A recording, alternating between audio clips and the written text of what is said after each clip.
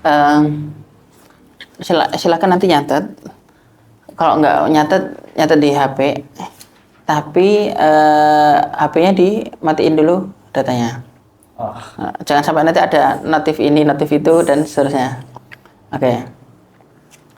Soalnya gara-gara multitasking, ya nanti saya akan bahas. Gara-gara multitasking itulah kalian tidak menjadi produktif. Salah satu anak muda nggak produktif itu ya Gang, multitasking. Menurut buku Ikigai, ya. Baik, barakallahu. Bener Ikigai, tahu bukunya? Udah beli? Udah baca. Bagus kan? Itu buku keren banget ya, dan bestseller internasional ya. Saya menikmati sekali tuh baca buku itu. Baik, barakallahu. Baik, saya mulai dulu. Bismillah, assalamualaikum warahmatullahi wabarakatuh. Alhamdulillah wassalatu wassalamu ala Rasulillah wa ala alihi wa sahbihi wa mawalah, amma ba'd. Barakallahu teman-teman. Untuk flyer yang disebar itu saya remake. Saya buat kembali dengan AI gitu. Terus saya upload. Lihat nggak? Lihat yang di status antum di IG. Keren kan? Keren tuh. Gitu. Saya bilang tolong bikin lebih keren, lebih elegan. gitu. Tapi hampir itu besok ini saya ngisi di PDAM itu yang flyer yang 2 pekan kemarin itu saya bikin kembali gitu, dengan saya ubah ini itu, terus saya kirim ke direkturnya, Pak Direktur, ini udah saya bikinin, cuas gitu. Saya bilang pakai ChatGPT. Itu memang keren banget ya, Masya Allah. Itu lebih memudahkan sekali ya. Jadi seperti itu. Barakallahu fikum.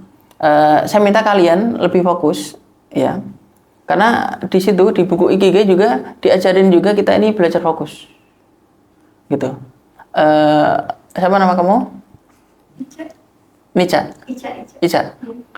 Iya. Apa yang kamu dapatkan di buku Ikigai itu terkait dengan fokus? Di situ dibahas kan tentang multitasking dan fokus itu.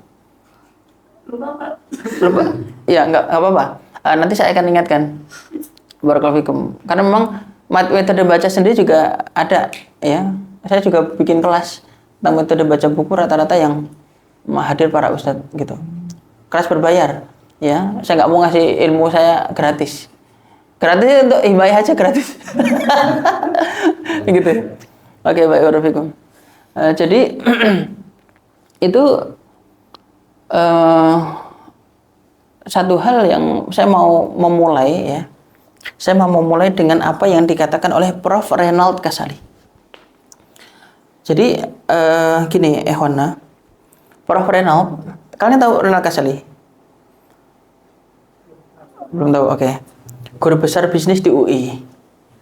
Oke, Prof. Reinald mengatakan gini. Jadi ini menurut teori beliau, namanya teori, ya kan? Itu ya debatable lah. Ya, debatable karena namanya jurnal itu kan bisa dibantah dengan jurnal yang lain. Gitu. Kalau kita ini hidup di hidup di perkuliahan, di akademik, kan namanya satu jurnal bisa dibantah dengan jurnal yang lain. Nggak ada sesuatu yang sifatnya absolut.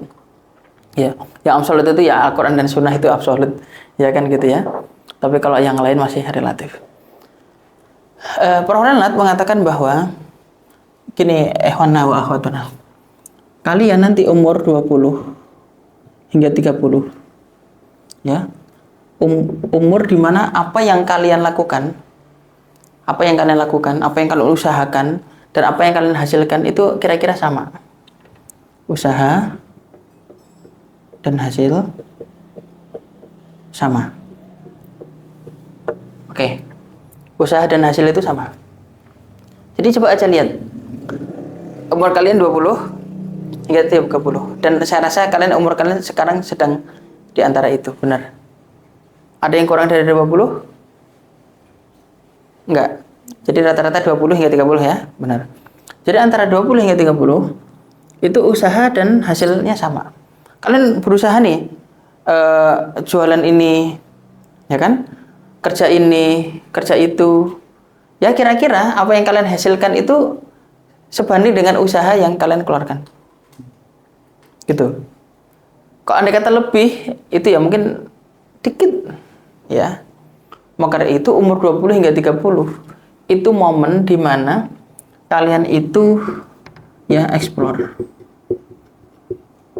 Ya.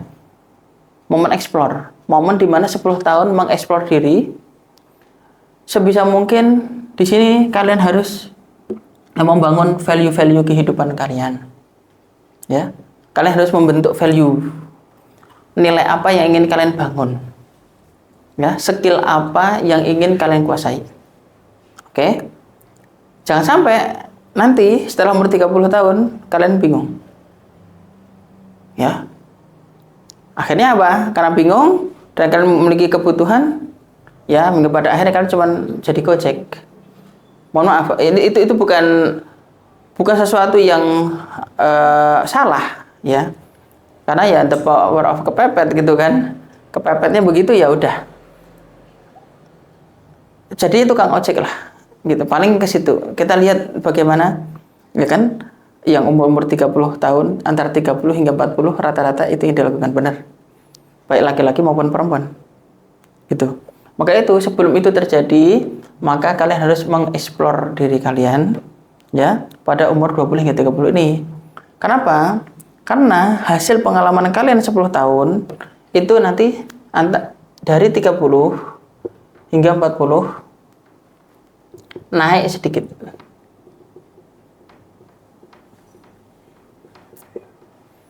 Ya. 20 hingga 30 itu baru naiknya sedikit. Baru sedikit. Belum begitu banyak. Ya.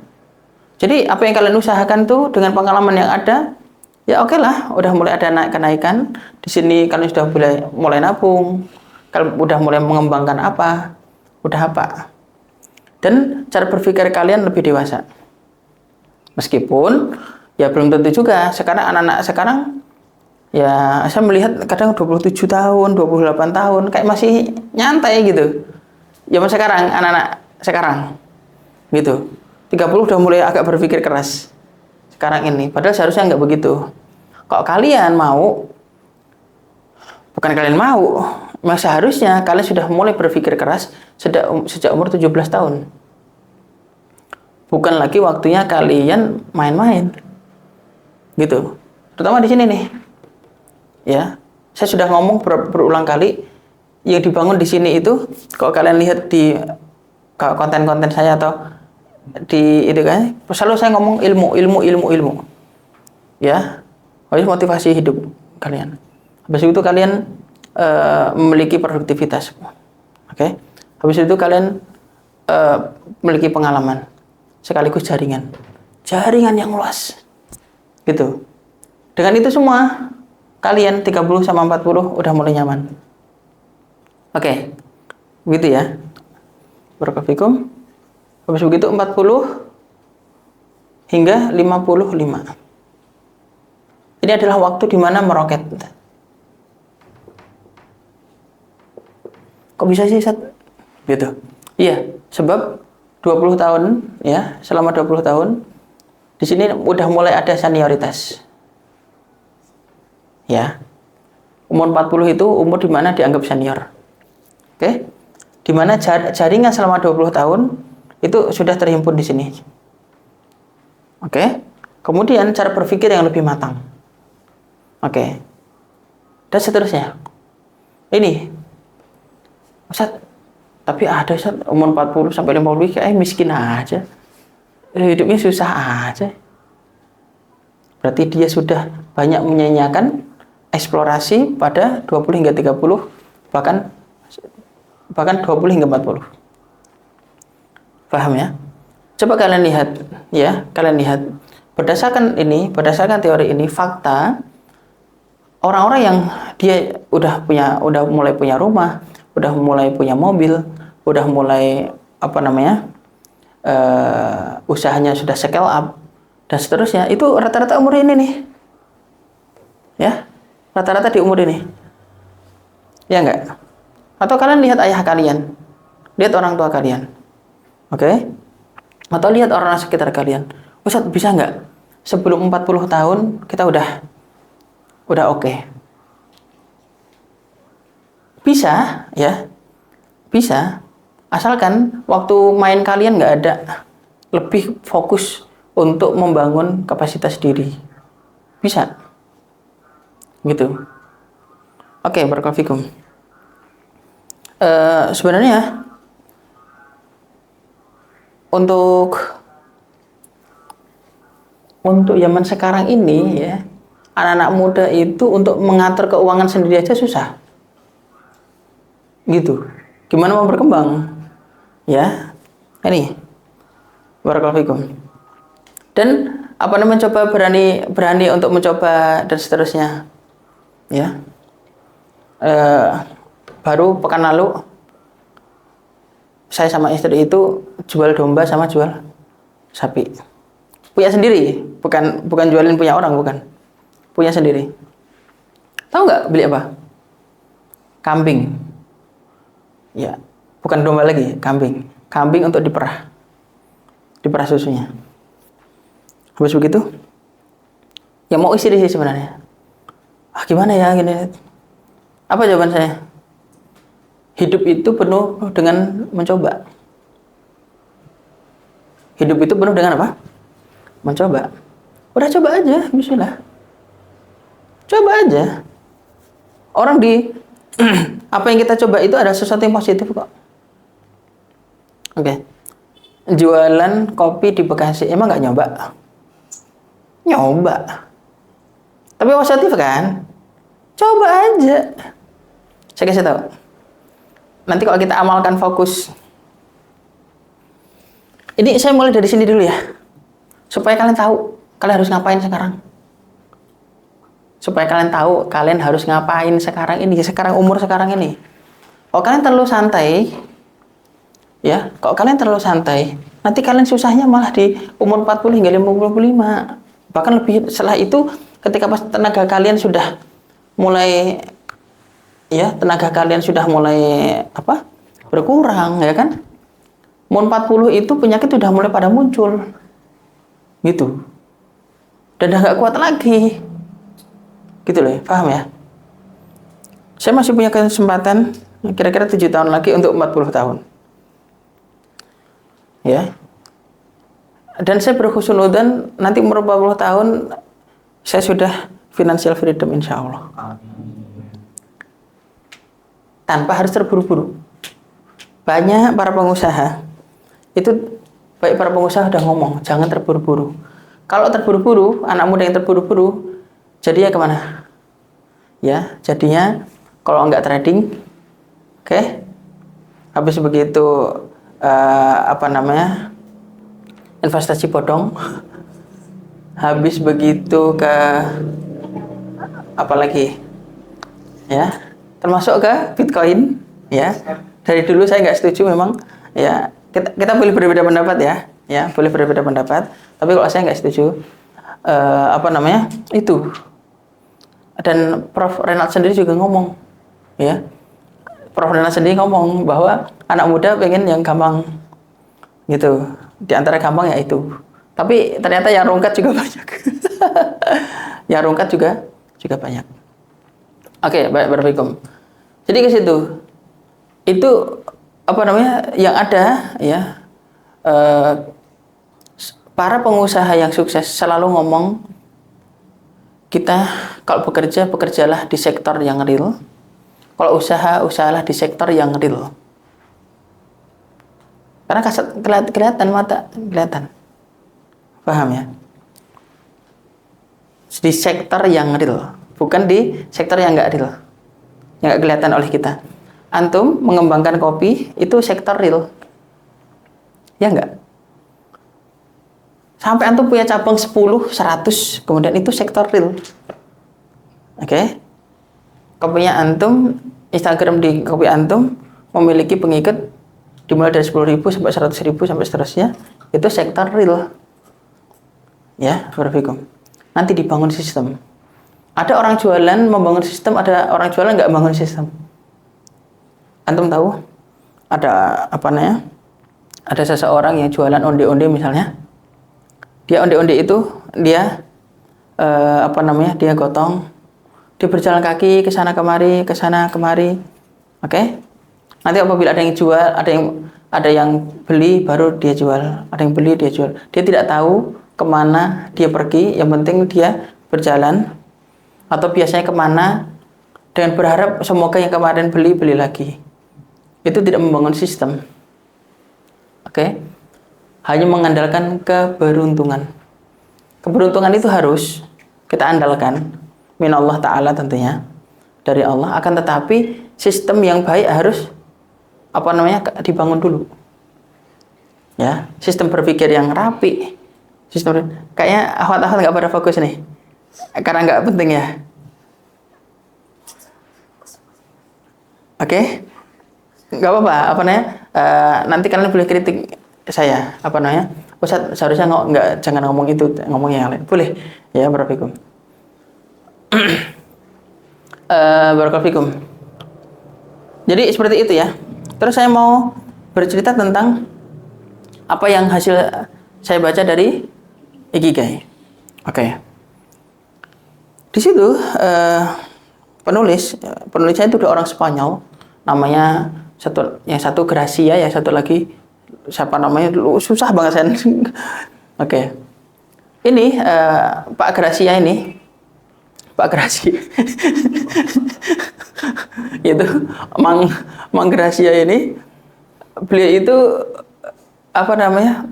membuat satu penelitian gitu. Kenapa kok orang-orang Jepang itu secara produktivitas hebat gitu ya. Oke.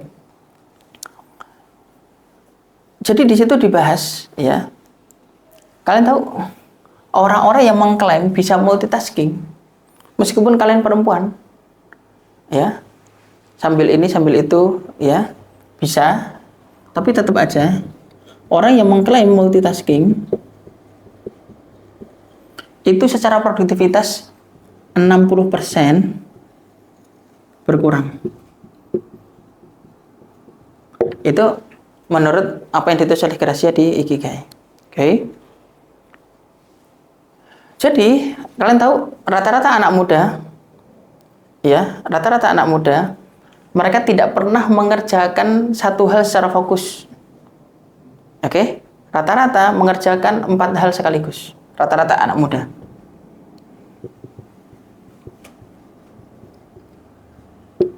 Empat hal sekaligus.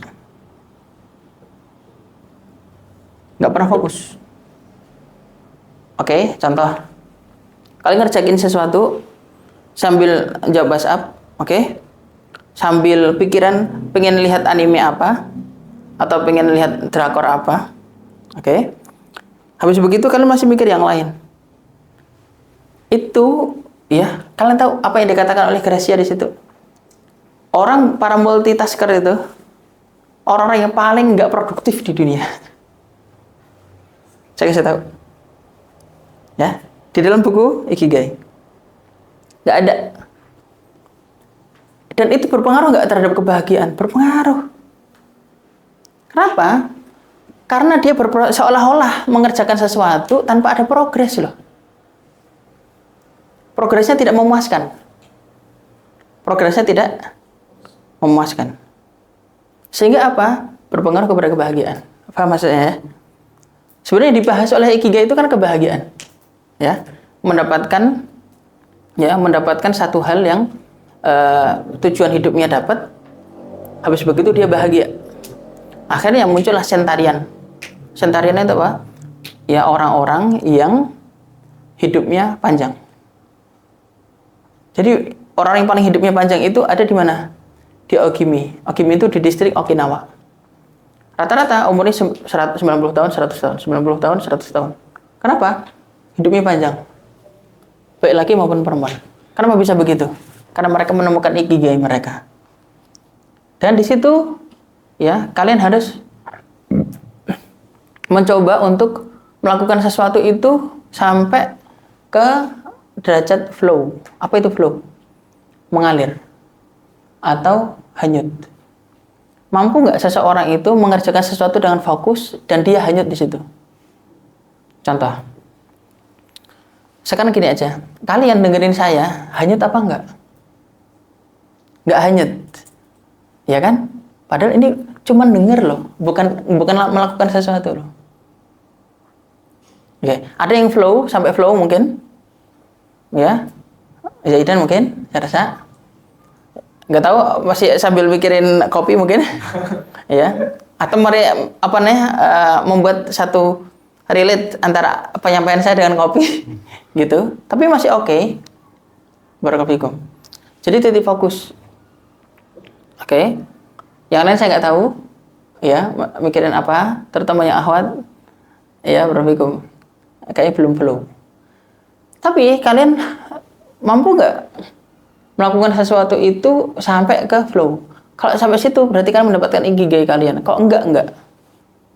Mungkin saja perlu mengganti pekerjaan atau melatih diri untuk fokus. Nah, di situ diajari bagaimana cara melatih fokus. 255 atau 50-10. Nah, ini apa 255 50-10. Dalam buku itu berusahalah untuk bekerja fokus tanpa distraksi apapun selama 25 menit. Istirahatlah 5 menit. Oke. Ingat ya, tanpa distraksi apapun.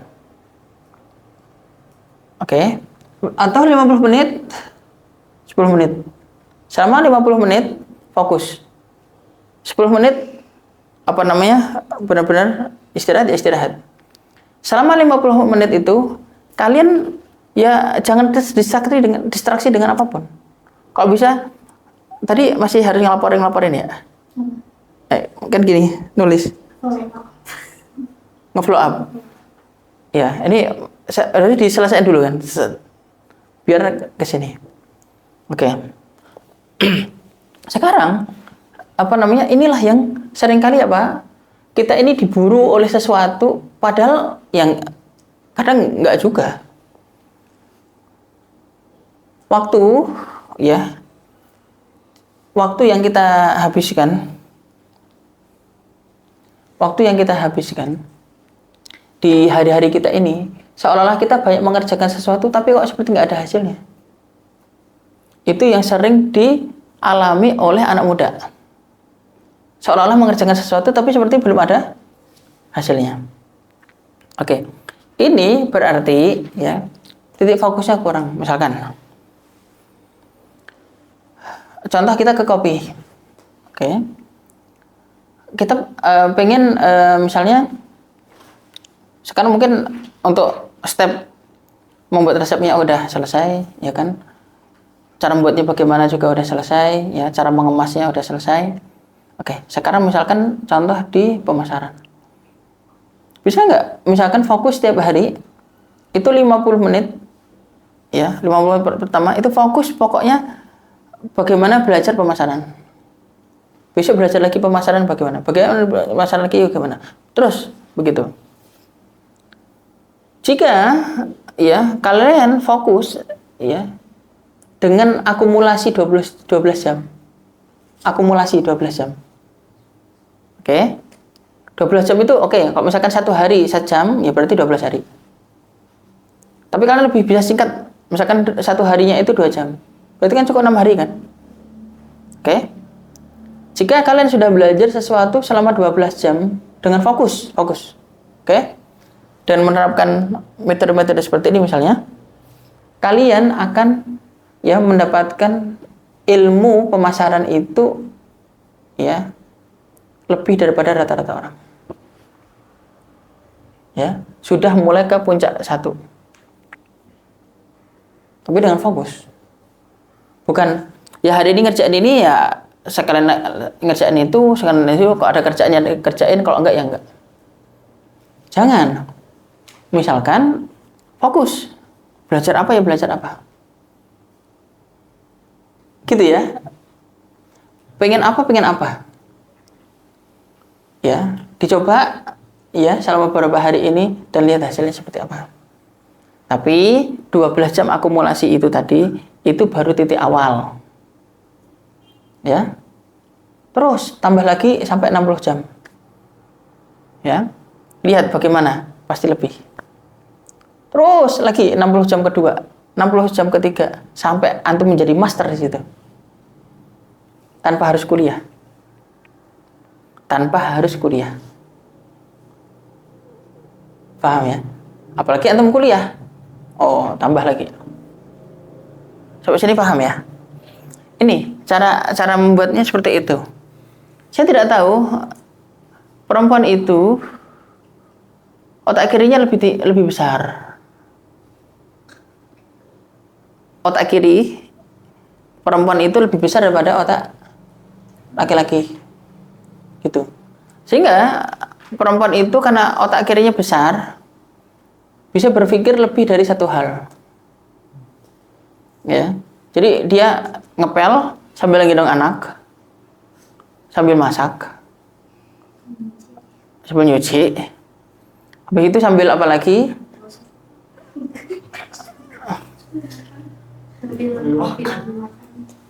Dan seterusnya.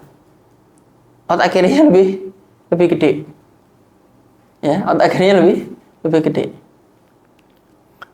Berarti kalian diuji untuk apa? Untuk bisa fokus. Ketika pas di kantor misalkan. Ya, barakallahu. Dan seterusnya. Maka fokus inilah kenapa kok banyak para orang-orang hebat bilang fokus itu penting. Gitu. Karena segala sesuatu itu selesaikan satu hal secara perfect. Gitu. Nah, jadi kalau setiap hari yang kita bangun adalah sesuatu yang sifatnya perfect, ya. Jadi perfectnya kita ini adalah kumpulan dari hari-hari kita itu. Paham ya? Hari ini kita melakukan segala sesuatu, ini hari ini perfect. Besok perfect lagi. Oke? Kumpulan perfect tadi menjadi masternya perfect. Oke, tapi ketika kita ini berjalan, ya udah deh, ngalir aja. Udah ngalir, wah, ada kerjaan yang kerjain, enggak ya enggak. Jadi enggak ada satu tujuan atau satu apa gitu. Ustaz, tapi kadang kita berubah-ubah, gimana ya? Misalkan, ini kadang ada dalam diri seseorang itu berubah-berubah. Oke, boleh, berubah itu boleh. Tapi jangan berubah dulu sampai kita ini mendapatkan batas minimal apa yang kita tekuni itu oke. Gitu ya. Bisa dipahami ya? Nah, jadi gini, menurut pengalaman saya belajar ilmu psikologi misalkan, mempelajari ilmu psikologi, baca ya tentang self help misalkan, baca terus tentang masalah itu. Terus ya mungkin sampai 6 bulan, sampai berapa bulan. Kira-kira cukup? Ya, udah mulai ada datang kebosanan. Akan belajar ilmu sejarah. Gitu. Nanti belajar apa? Ilmu fikih. Nanti belajar lagi apa? Ilmu apa lagi? Ilmu kuda bahkan. Tahu ilmu kuda? Saya belajar ilmu kuda. Dan seterusnya. Jadi kerjaannya belajar terus. Jadi ada kata-kata yang menarik ya. Jadi kata Steve Jobs ya. Kata beliau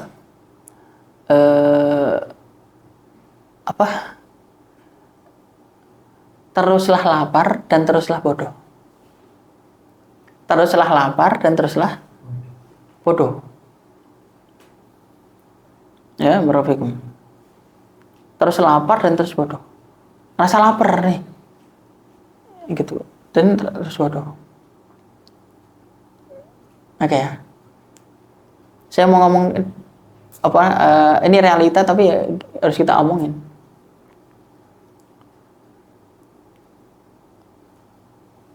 Jangan ukur kesuksesan seseorang dari uang ya.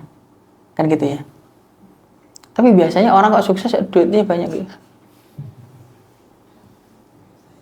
Paham ya? Saya baca buku dan saya share juga di status WhatsApp. baca buku judulnya Becoming a Magnet Money. Ya. Becoming a Magnet Money ditulis oleh Dr. Adi W. Gunawan. Dalam buku itu tahu apa yang dikatakan beliau? Ini kenyataan yang mungkin agak sedikit pahit. Beliau bilang gini, uang itu seperti oksigen. Tidak ada oksigen, kita mati. Tidak ada uang, kita tidak langsung mati, tapi setengah mati. Allahu Akbar. Itu dalam buku itu. Ya, Becoming a Magnet Money. Ada PDF-nya, kalau mau nanti minta saya. Ya, subhanallah wa bihamdih. Gitu.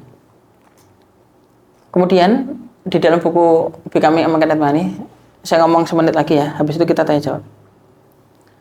Itu gini, kalian saya sadurkan dari situ ya, dan saya olah sedikit.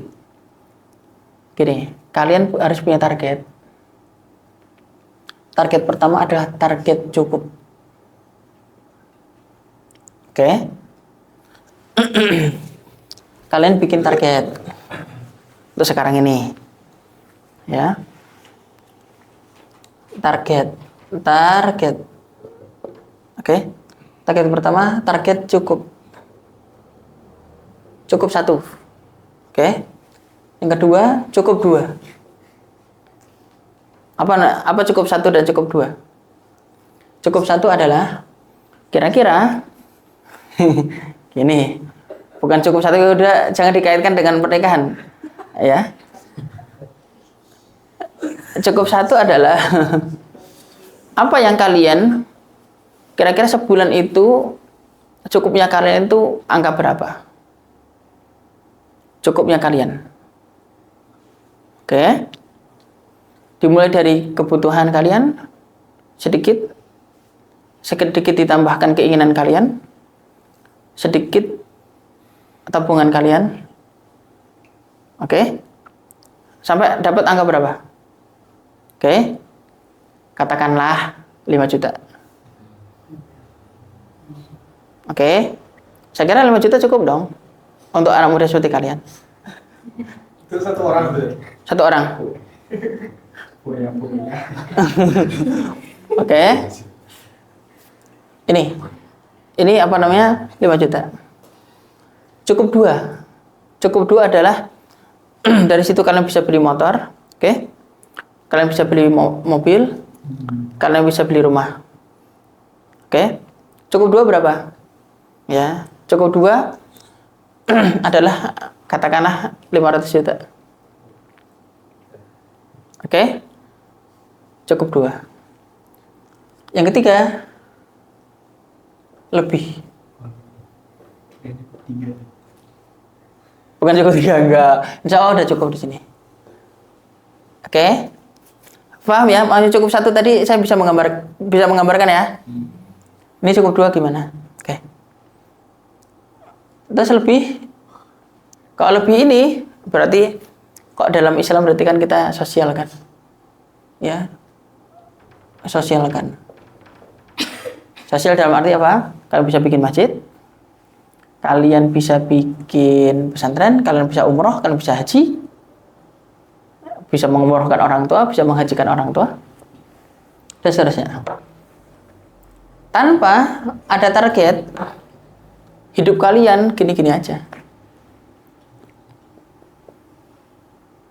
Oke? Barakallahu fikum.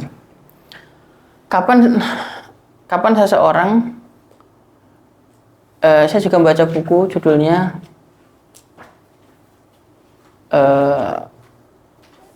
saya baca buku ya di IGG juga kayaknya deh. Di IGG atau di buku apa ya? Karena beberapa hari ini saya membaca beberapa buku. Ya. Di antaranya gini. Coba kalian hubungkan dengan kehidupan kalian.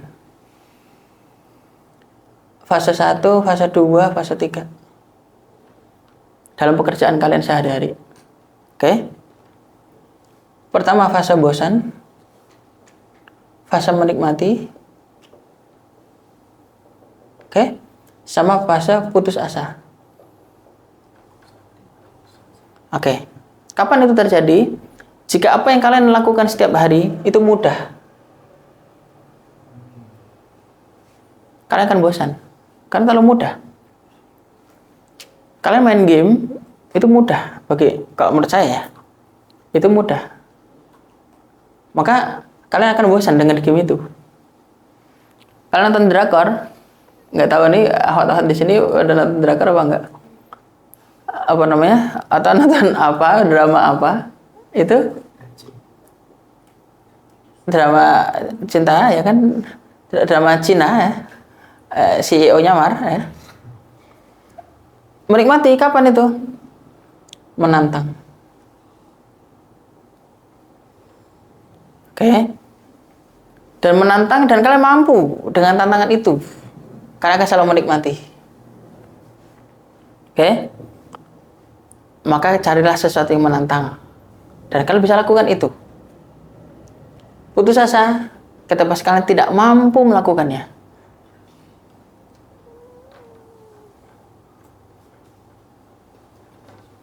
Misalkan terlalu berat, ya jangan dulu. Ya, jangan di fase ini, jangan di fase ini. Oke, tapi di sini. Misalkan kalian tertantang untuk apa? Dan itu manfaat. Dan itu produktif. Dan itu menghasilkan. Dan itu menunjukkan kualitas diri kalian. Sampai sini paham ya?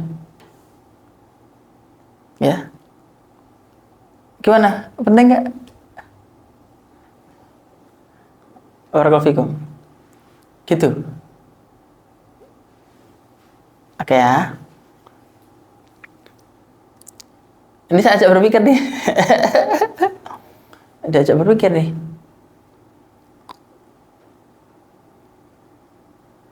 Lakukanlah sesuatu yang menantang dan kamu bisa kira-kira. Tapi tadi fokus itu penting. Melakukan sesuatu secara fokus dalam waktu yang sebentar itu lebih baik daripada melakukan sesuatu secara bersama-sama multitasking dan tidak menghasilkan progres apapun. Progres apapun. Progres itu, ya, tahu nggak? Ciri progres itu apa? Ciri progres adalah kalian dipercaya oleh orang lain dan kepercayaan orang lain tidak hilang dari diri kalian. Paham ya? Ini dipercaya nih. Ya. Oh, ada progres. Kelihatan skillnya apa. Kelihatan mampunya apa. Dipercaya. Oke? Dan kepercayaan itu gak hilang. Oke, ahlan wa sahlan. Insya Allah sukses. Oke? Jadi seperti itu. Tapi saya katakan barakallahu fikum. Musuh yang terberat adalah diri kalian sendiri. Musuh terberat adalah apa? Diri kalian sendiri. Diri apa? Diri yang malas. Diri yang nggak bisa fokus. Diri yang menyepelekan ilmu. Diri yang suudon pada diri sendiri, kemampuan diri sendiri. Ya. Termasuk suudon sama ilmu. Ilmu ini saya nggak butuh. Oh, jangan begitu. Ya. Kemarin ini saya belajar dari Pak Kambing nih. Kemarin ini kemana sore? Ya. Begitu, saya dengerin terus. Tanya lah terus. Oh, kambing itu begini, kambing itu begitu. Oke. Terakhir, habis ini kita diskusi. Saya bilang, coba gini. Saya ajak mikir, fokus ya. Selesaiin dulu, habis itu tutup.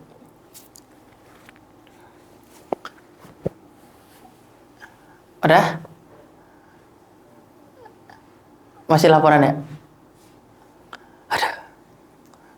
Oke, udah selesai. Gini, saya kasih tahu. Kita ini hidup kita ini beneran.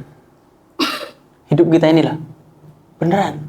Bukan lagi nggak beneran. ya, kalian harus menyuapkan nasi ke mulut kalian, itu real. Kalian harus bekerja, itu real. Karena hidup kalian real. Paham ya? Oke. Karena hidup kita ini serius.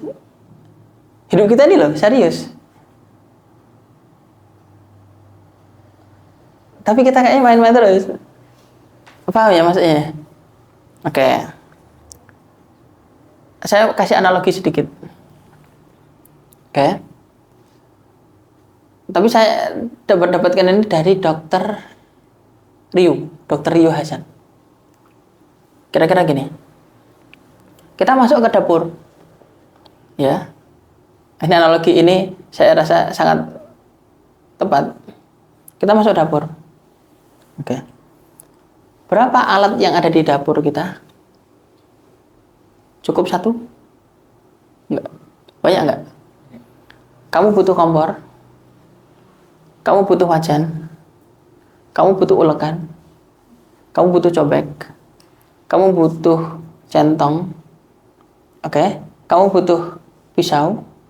Kamu butuh garpu. Kamu butuh spatula. Kamu butuh serok. Kamu butuh banyak. Oke? Oke. Kenapa? Karena yang kamu akan hadapi di dapur itu bukan hanya sambal. Kok sambal kamu hanya butuh ini dan itu.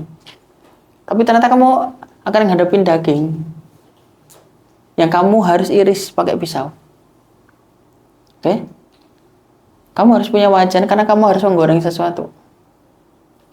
Oke? Kamu harus punya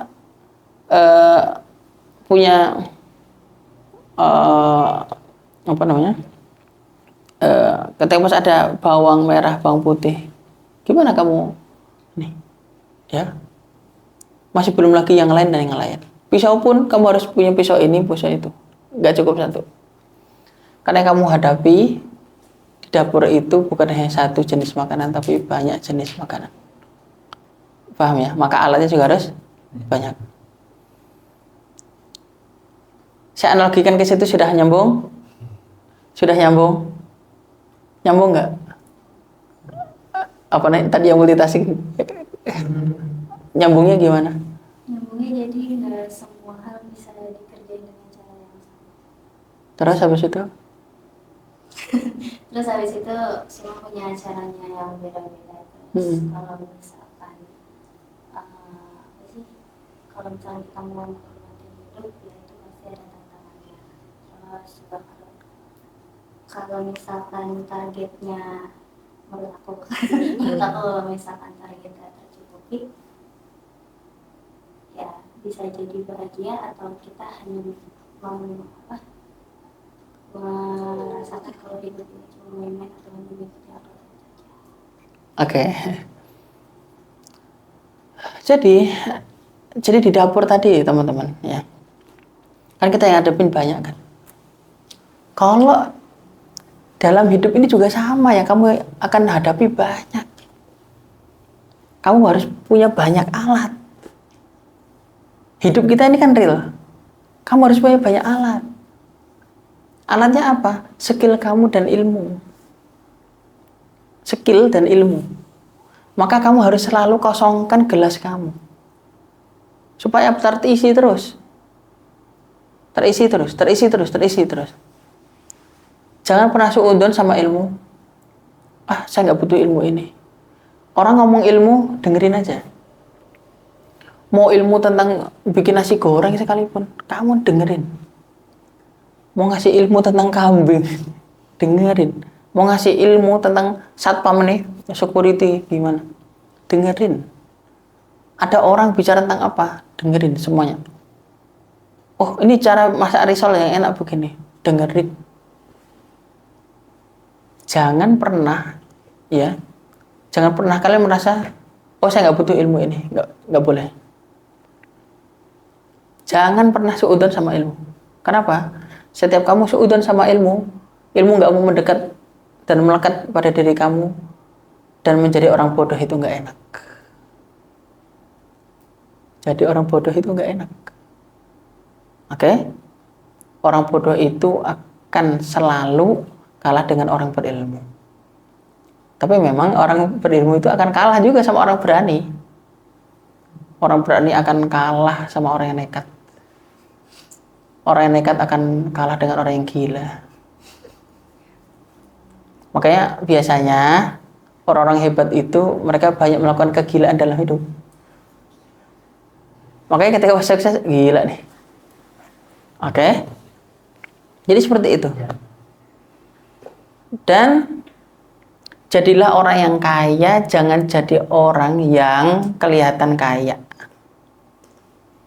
Ini dua hal yang berbeda. Ya. Kalian pakaian kalian biasa aja. Tapi sebenarnya tabungan kalian tebel. Aset di mana-mana. Oke? Itu lebih baik daripada kalian pasang story di kafe. Oke? Pakai baju apa, sepatu apa, atau lagi di Car Free Day, atau lagi ke Ancol, atau lagi ke mall mana. Ya. Tapi sebenarnya tabungannya juga nggak ada. Oke? Habis terus. Oke? Aset juga nggak punya. Skill biasa-biasa. Tawaran kerja nggak ada. Dan seterusnya. Terus jangan hanya meratapi ketidakmampuan kalian, tapi kalian harus memulai dari ini semua. Ustaz bingung, Ustaz mau mulai dari mana?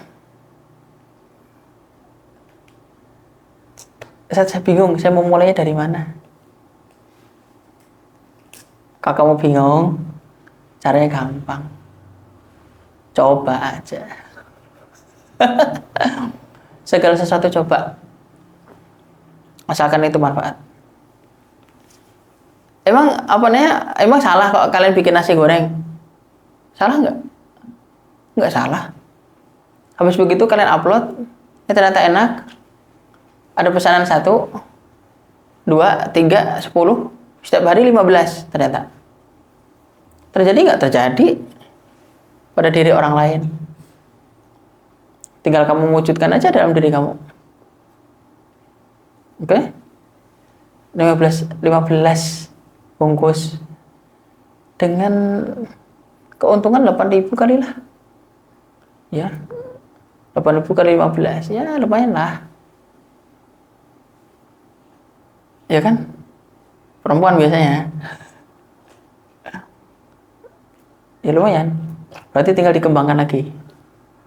Oh, ngajarin orang lain. Buka pemasaran lebih banyak lagi. Oh, bisa 100 bungkus setiap hari. 100 bungkus kali 8.000. Masya Allah. Ya kan?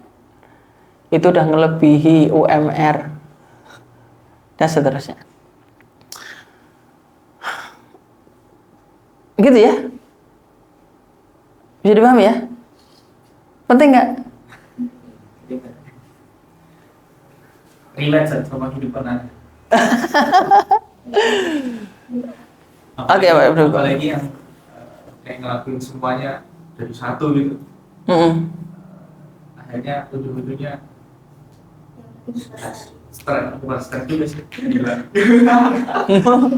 Jadi Gak ada hasil. gitu, kayak pening jadinya. Kayaknya perasaan ngerjain banyak hal tapi kok nggak ada hasilnya gitu. Oke. Itu dialami oleh banyak orang. Dialami oleh banyak orang. Ingat, sebenarnya kunci sukses gampang. Ya kan? Punya skill, percaya diri dan dipercaya orang. Yang paling berat apa? Dipercaya orang. Ingat, skill itu dibangun, bukan diklaim. Oke? Itu yang kamu bangun. Kamu nggak bisa mengklaim diri kamu. Saya bisa ini, bisa itu. Saya mau saya bisa ngerjain ini, bisa ngerjain itu. Saya bisa apa aja. Nggak bisa. Buktikan. Ya, ada progres nggak? Gitu. Dan lebih daripada itu semua, cara berpikir positif.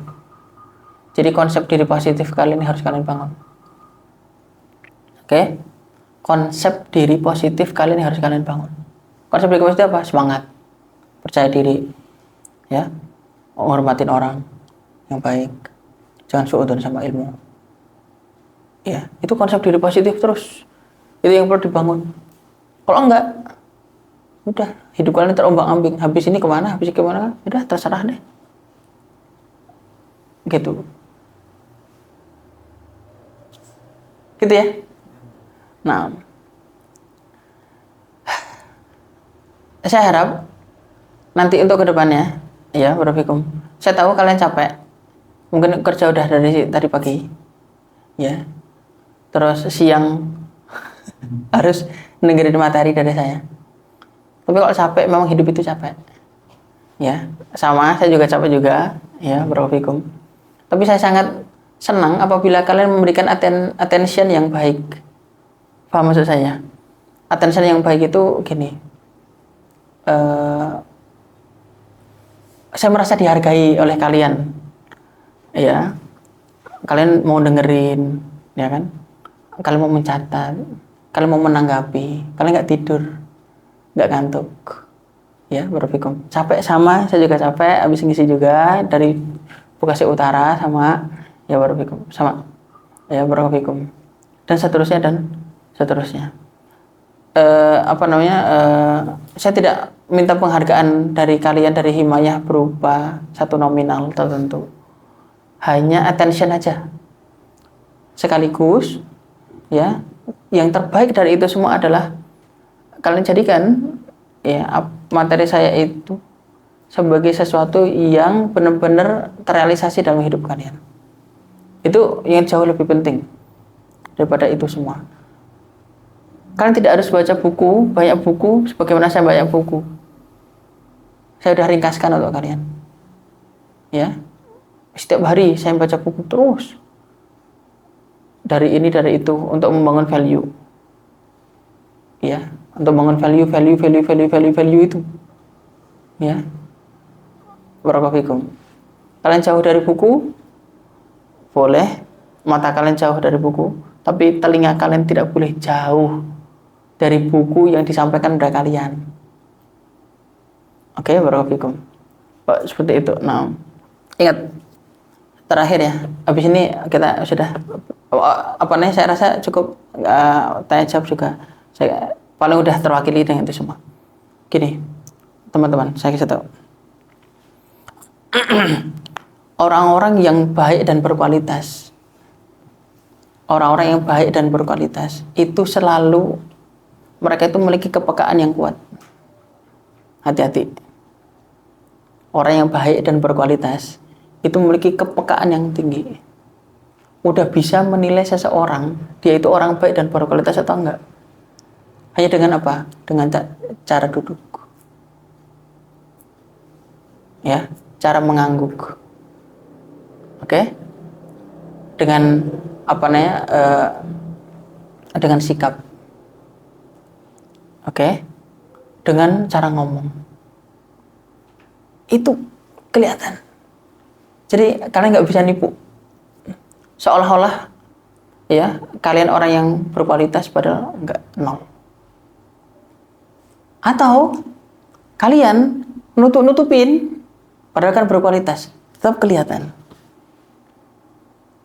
Makanya kenapa kok di perusahaan-perusahaan Cina selalu diajarin gini loh cara menyambut orang, gini loh cara bicara, gini loh cara duduk, begini loh cara bersikap, gitu.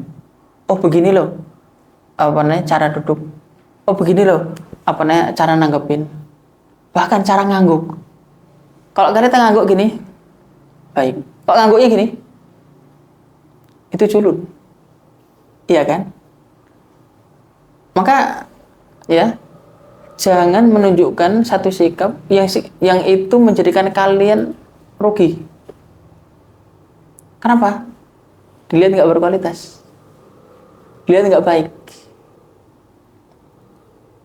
Oke? baik dan berkualitas. Bukan ada kata-kata yang cukup menyakitkan. Kualitas bisa dibangun. Kualitas bisa dibangun, bisa diajarin. Tapi attitude tidak bisa. Terkadang harus muncul dari diri sendiri. Oke. Saya juga punya buku judulnya Attitude is Everything. Ditulis oleh Jeff Keller.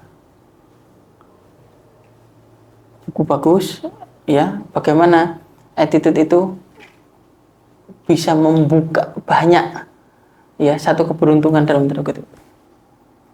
Oke, barakallahu. Tolong itu jadi evaluasi untuk kalian. Ya, barakallahu. Evaluasi untuk kalian semuanya. Oke, barakallahu. Karena hidup kita real. Saya kasih tahu ya, hidup kita real. Hidup kamu itu real. Ya, kamu tidur itu real. Kamu makan itu real. Kamu bekerja itu real. Kamu harus naik motor ke sini itu real. Ya. Dan kamu nanti satu saat kaya, kamu juga real merasakan kekayaan itu. Kamu nanti miskin, real. Kamu pintar, real. Kamu bodoh, real. Saya kasih tahu. Kamu orang punya attitude, dianggap punya attitude, real. Enggak dianggap orang nggak punya attitude, real juga. Oke. Barakallahu. Ya. Di yayasan-yayasan tertentu, oke, barakallahu. Saya diminta untuk melihat anak-anak yang berpotensi untuk disekolahkan ke luar negeri. Dari cara bersikap saya langsung bisa ngelihat orangnya kayak gini.